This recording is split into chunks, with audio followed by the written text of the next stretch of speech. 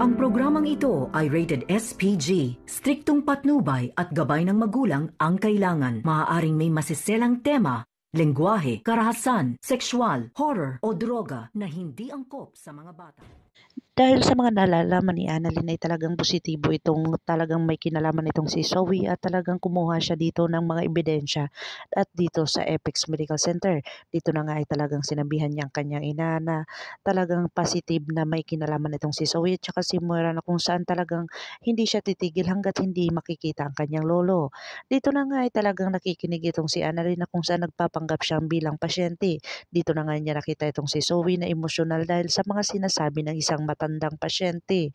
Dito na tayo ay talagang emosyonal itong si Zoe at talagang umiwas ito at talagang umalis doon sa kung saan siya nakadestino. Dito na nga ang sabi ng kaibigan ni Annalyn na talagang kunin niya ang cellphone ni Zoe na kung saan tumawag dito si Dr. Carlos Benitez. Dito na talagang nagtaka si Annalyn dahil sa mga ginagawa ni Dr. Carlos Benitez na kung saan tumawag ito.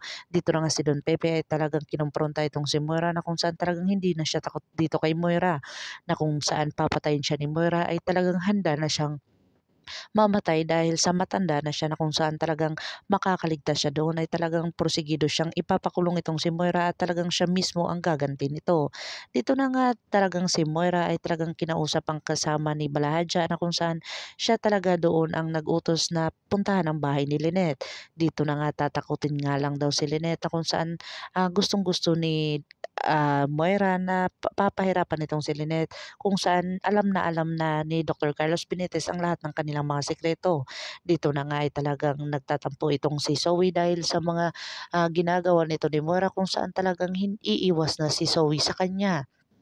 Dito na gaganti si Moira dito kay Dr. Carlos Benitez kung saan inuuna niya itong si Lynette. Dito na nga ay talagang papasukin ang bahay ni Lynette kung saan talagang hindi kanais-nais na mangyayari dito kay Lynette na kung saan talagang magagawa ni Moira ang lahat ng kasamaan dito kay Lynette, Annalyn at kay Don Pepe. Dito na nga pakakabangan ang episode na ito, ang abot kamay na pangarap.